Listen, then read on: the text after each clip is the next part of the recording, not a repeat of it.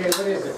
Weakness of leaders. Yeah, weakness of British leaders setting the stage for trouble. And if you go back to what we're talking about, you know, we've talked about the problems that the British had in governing their vast empire across the world.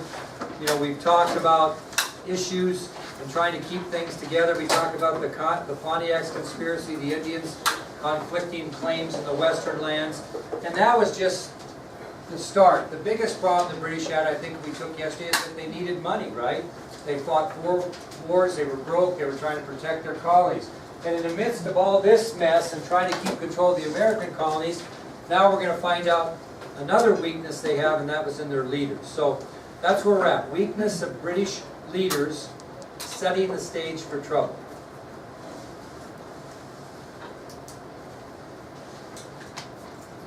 Now let's just think about this. If you were a leader in Britain or anywhere, you were in Parliament, you were in what would be our Congress, what would you need to be able to do to make sure that the country you lived in was doing well? What kind of qualities would you have to have as a member of Parliament? What would you have to be? Intelligent. Very good. You'd have to be intelligent. So you would want someone in there that had a quality, broad education, was well educated, was smart. Okay? That's good, Dane. That's what you'd need. Now, when you're the principal at the high school, you got to be smart, you got to be intelligent, but what else do you have to do to keep the lid on 400 students? What's going to come up when you have a group of 400 students? Every student is going to be a little what? And a little needy, right? So what you are, if you want to get yourself completely out of education, go be a principal. Because you don't end up doing anything with kids, you deal with what? Needy people, teachers, aides, students, parents, okay? So if you're going to be a leader, if you're going to be a good principal, you've got to be able to put things together where you can satisfy the needs of people, because people are needy in this business. I was an administrator for a lot of years. I was a principal here for 3 years.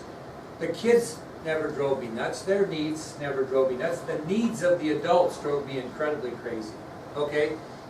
And so having to solve everybody's needs. And so you want somebody in British Parliament that can find solutions to satisfy needs. You think you could be the principal here if you didn't have very good ability to satisfy people's needs? You couldn't do it. I mean, that's what the job is. That's what you do. Well, I need more time. I need less kids in my class. I need more books. That's what the principal hears. That's what leaders in Parliament hears.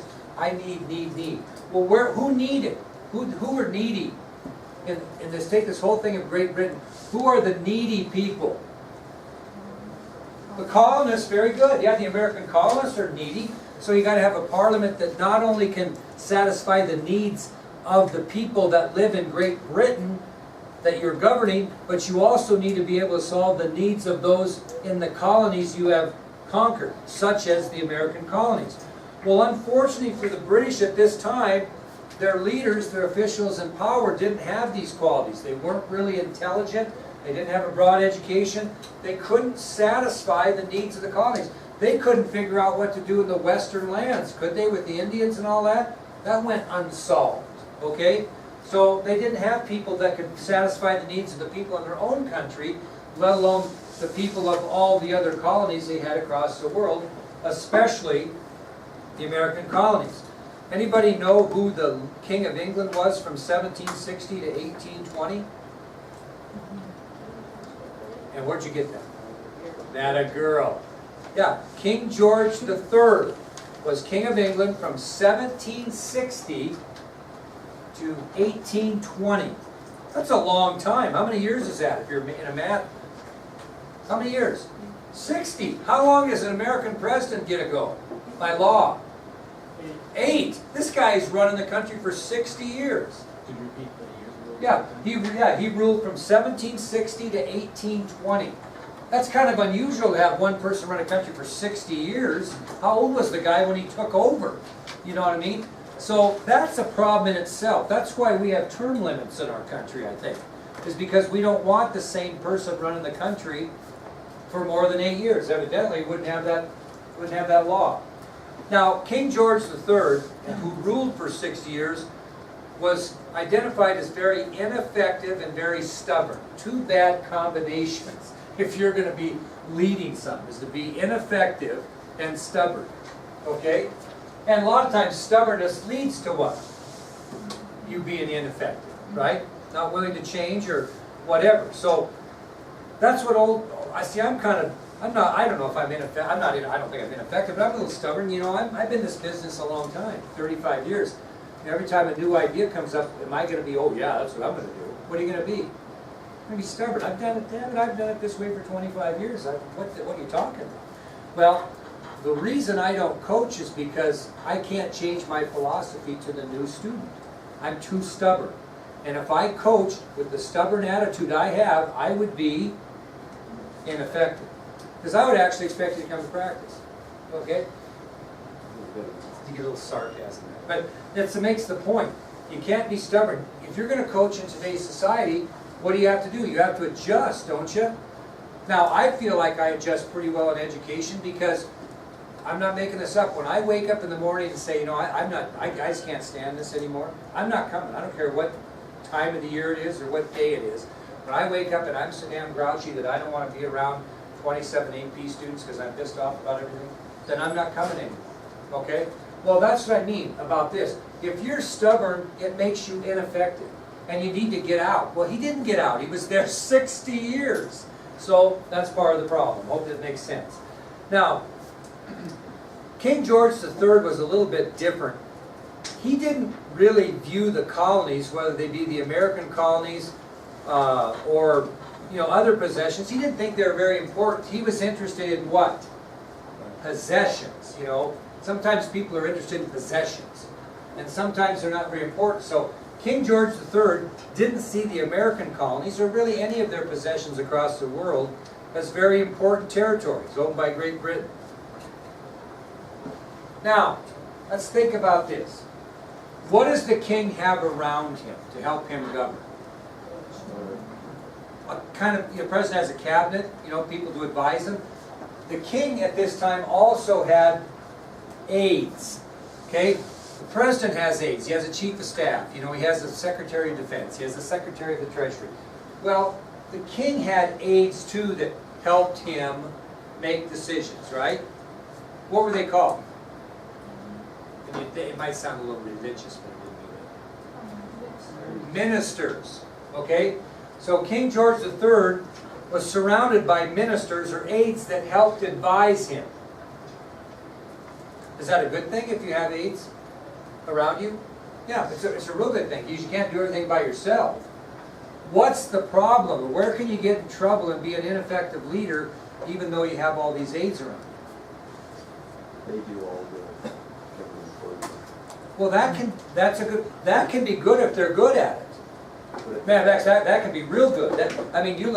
You look at successful coaches. You look at Bill Belichick, for example, whether you like him or not, very successful coach. Do you think he's got good assistants under him that are loyal? Okay? Now, I'll give you an example. You said that if they're good, you're right. If they're good, they're good. If they're bad, they're bad. But what else do you want in an aide if they're really, truly a benefit to you? And we'll talk about John Kennedy later next year. He appointed his brother Attorney General, which is a cabinet position. And what's an Attorney General do? Anybody know? Advises the president on matters of attorney. Law. Very good. Okay. You know how much experience Bobby Kennedy? He was a certified lawyer. You know how many cases? You know how much time he had as a lawyer? Why did John Kennedy hire or appoint his brother Attorney General to advise him on matters of law when that guy had absolutely no experience? Matter of fact, when he was criticized for appointing his brother as Attorney General, he said, well, I don't see anything wrong with giving Bobby some legal experience before he goes out and practices law on his own. This is the top lawyer position in the country. That was part of what you'll learn as a Kennedy wit. Why did he do that? Why did he have his brother be his Attorney General when he had no idea about law? He trusted him. Okay? Why else? That's good. He trusted him. Why else would you have him? Okay, why does Mr. Smith, who I've known for 30 years, I hired him here, he took my place. Why does he come down and ask my opinion sometimes before he does something? Because he trusts me, right? Now why else? Why else would he do that? Why would he ask my opinion? You have more experience? Possibly, but he knows if I think he's full of crap, I'm going to tell him he's full of crap. I'm going to give him an honest answer. I'm not there to please him. And he and I have had lots of discussion. We had a discussion one time where I said, he and I were talking about a project, and I said, I feel like I'm your chief of staff and you're the president. I'm going to tell you what I think's right, and you have to decide whether you want to take my advice or not. But he trusts me, and he knows if he comes down and says, well, I'm about ready to make this decision about Madison Dupree, he knows that if I think it's wrong, he knows I'm not going to say, oh, that's okay, because I'm so interested in pleasing him, I'm not going to give him my honest answer. He knows I'll say, nah, you don't do that. That's a bad deal. Then he gets to decide whether it's a good deal or not, make a decision. The problem King George III had is all of his ministers or his aides, all they cared about was pleasing him. They would not give him an honest answer. You know, they trusted him and he trusted them, but they wouldn't say, hey, you're wrong, Morgan, don't do that, that's going to get you in a jam. Oh yeah, Mr. Prime Minister, Mr. King Morgan, if you want to take all the freshmen out and beat them with whips, that's great, that's perfect.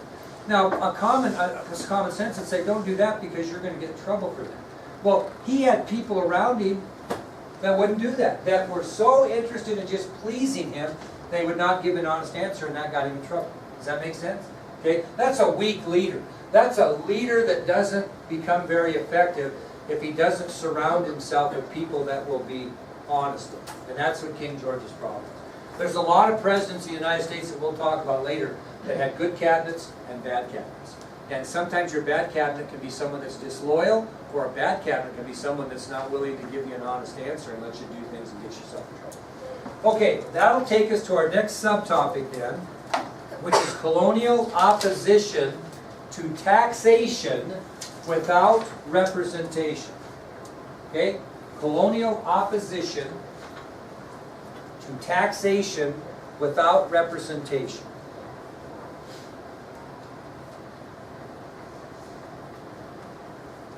Colonial opposition to taxation without representation. Now, Miss Page, what does that mean? What does taxation without representation mean? People don't get a say in it. Yeah, we're going to tax you, we're going to make you pay money without having any say. And that would never go today, would it? You can't do that. That doesn't. All of a sudden, Mr. Smith comes up one day and he said every single junior and AP US history class is going to pay $100 to be in the class. Now, what was your reaction? First of all, you go, God, I don't know why. And then, golf, who made that up? And gee, did our parents have any say in that? I mean, you see what I'm saying? That's kind of like a dictatorship, right? Okay, so long as we understand. Now, we're back to 1763. The British government is heavily in debt because of the 4 wars they fought. They're needing more money for protecting the colonies. Somebody's got to be responsible to put the British Empire back on sound footing financially. Somebody's going to take the bull by the horn. Is King George III going to do that? No. Are his ministers or aides going to talk him into doing that? No. Well, finally, a guy by the name of George Grenville steps to the plate, and he's going to take responsibility to adopt measures that are going to put the British Empire back on sound footing financially. Now, we're kind of looking at how governments run, but what do you think George Grenville was? Why was he going to be responsible? What do you have in England in your hierarchy? You have a king, you have a queen, right? But who runs the government? And Parliament. Now, is the king the head of Parliament in England? No. Who's the head of Parliament in England? What's that? Prime Minister. So who was George Grenville? He was the Prime Minister of the British Parliament. Okay? He was the prime minister. And he was given that job in 1763. So starting in 1763, when he took over, he becomes the man that's going to be responsible for putting the British Empire on sound footing financially. How's he going to do that? He's going to tax. And he knows that the American colonies are not going to be very happy about this. He knows he's going to face strong opposition. So Grenville had a job to do, right? Do you think he was asking the colonists permission to get it? No. You know, he believed that, number one, you're a British citizen, loyal to the crown, you need to pay. And number two, we're protecting the colonies militarily, you need to pay for that. He didn't ask their permission, but he wasn't foolish enough to not understand that when they reformed this colonial administration on taxing, that he would not face strong opposition. So what happened is, who passes laws taxing the American colonies? Do the colonial governments do that? No, who did that? Parliament. Okay, so Grenville takes over, he goes through Parliament, he's the Prime Minister, and a series of laws are passed by the British Parliament to tax them for this war debt. And these laws that were passed, the colonists were not represented, right? Because it was done by Parliament. And so the colonists cry like crazy, and we learn in American history for the first time the term taxation without representation. That's where it comes from, is when Parliament, beginning in 1763, passed laws on the American colonies stating they would be taxed to help the debt that the British had accumulated, but they would not be represented in any way to voice their opinion on the taxation. Because do we have American colonists that are part of Parliament? No. Each little colony has their own thing going. Okay? So, that's where you get taxation without representation. The colonists believe strongly that that's unfair. That you're taxing us, but you're not giving us a say. That's taxation without representation. That's what starts this whole moving towards independence, folks. This is what gets things going. So, that'll take us to our next subtopic, which is the Proclamation of 1763.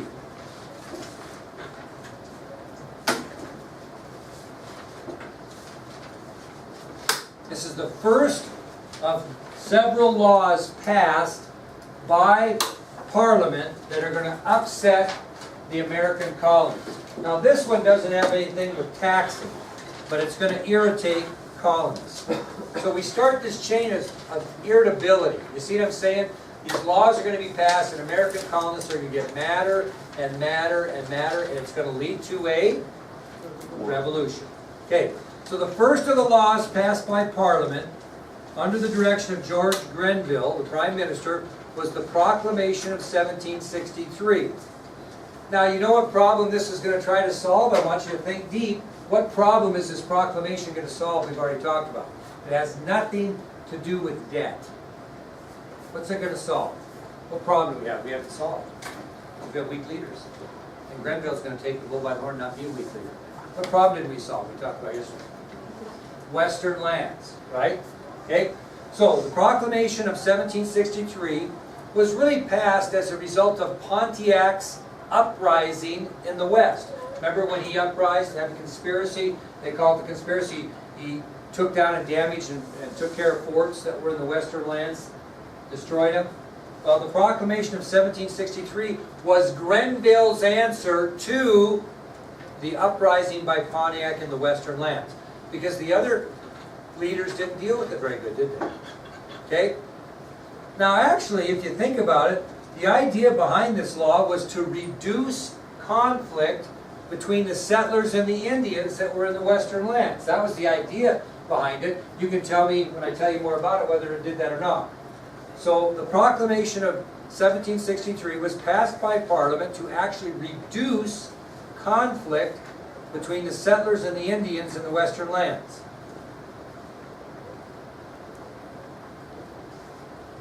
Well, here's the two things that the proclamation did. Okay? Number one, it ordered all settlers to withdraw from all lands west of the Appalachian Mountains. First thing it did is it required that all settlers withdraw from the western part of the Appalachians back east of the Appalachians. Took all the settlers out of the western lands. So the first thing it did is it ordered all settlers to withdraw from the lands west of the Appalachians. So as a result of number one, what's number two? If they withdrew all the settlers from the lands west of the Appalachian Mountains, what would it do? Yeah, you're ahead of the game, that's right, but logistically, what does it do if you take all the white settlers out of the Appalachians? It gives what? The natives their land back. Okay, it gives them their, recognizes their rights to part of their original hunting grounds. So you're taking the settlers out, basically to solve this conflict. You're saying settlers, you're out, Indians, you're in. There's your hunting grounds, problem solved. That was the idea of it. You're going to reduce conflicts between the settlers and the Indians. Well, it certainly would reduce conflicts if you didn't have them with each other, right? The whites are on this side and the Indians are on this side. Well, what's going to be affected that's going to get controversial? That was going on in the West when we move all the white settlers to the east. What's going to be damaged? Fur trade. Very good. Fur trade. So, as a result of this law, no fur trader would be allowed across the Appalachian Mountains. Well, how's that going to work for you? Causes resentment. Not only with the fur traders, though. Let's think about how this